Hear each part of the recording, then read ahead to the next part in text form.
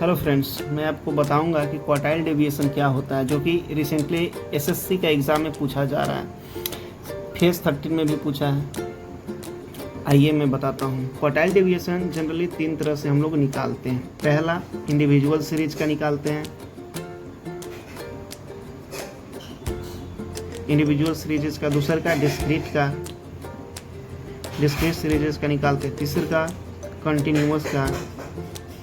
Continuous series का निकालते हैं। 3 तरह से हम लोग निकालते हैं क्वार्टाइल डेविएशन, 3 सीरीज का।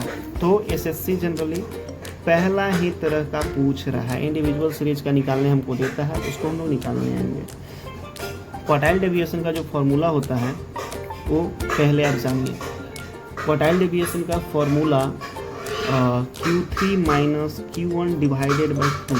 इसमें Q1 क्या है, Q3 क्या है, आप तो नहीं जान रहे हैं। आइए बताते हैं। Q1 Q3 है बेसिकली।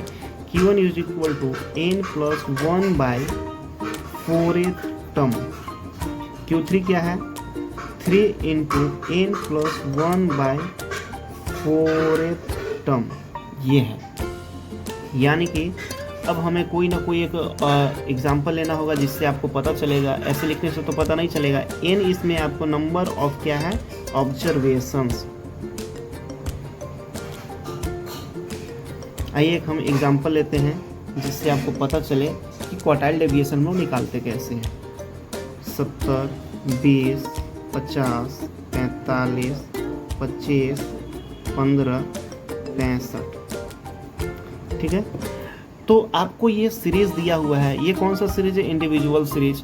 अब इसमें आप सबसे पहले इसे आपको क्वार्टाइल डेविएशन निकालने के लिए असेंडिंग ऑर्डर में लिखना होगा।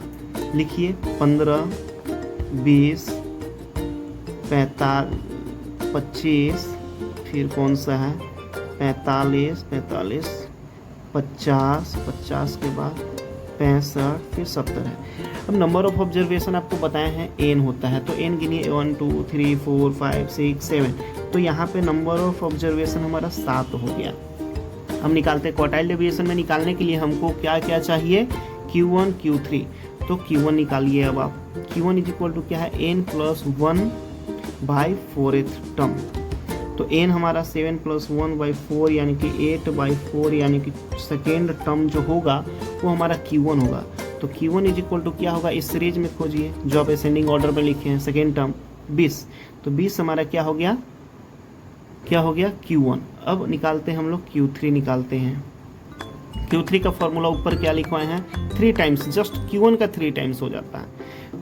Q1 का 3 टाइम्स, सॉरी, मतलब एग्जाम्पल ये आपको कोई फार्मूला में ऐसे बोल सकते हैं, लेकिन ऐसे Q1 का 3 टाइम्स नहीं होता। n plus 1 by 4th term, ये क्या है 3 इंटू 7 प्लस 1 बाई 4, तो ये हो जाएगा 3 इंटू 8 बाई 4, तो 4 दूना 8, 3 दूना 6, 6 टर्म। तो Q3 हमारा 6 टर्म होगा। 6 टर्म इसमें असेंडिंग ऑर्डर में जो आप लिखे हैं उसे ढूंढिए। 1 2 3 4 5 6, 65 हमारा Q3 हुआ। 65 Q3 होगा। तो हमें Q3 मालूम है, Q1 मालूम है, और यहाँ तक कि क्वार्टाइल डेविएशन का फॉर्मूला भी हमें मालूम है। तो अब आइए क्वार्टाइल डेविएशन का फॉर्मूला हम लोग लिखते हैं। Quartile deviation is equal to क्या है, Q3 minus Q1 divided by 2। Q3 हमारा कितना है 65, माइनस Q1 कितना है 20 डिवाइडेड बाई 2। इसको घटाएंगे कितना होगा 5 4 45 बटा 2, यानी कि 2 दूना 4, 2 दूना 4, 2 5 10। ये हमारा क्वार्टाइल डेविएशन आ गया। कोफिशिएंट इसका नेक्स्ट लेक्चर में हम आपको बता देंगे। Thank you for watching.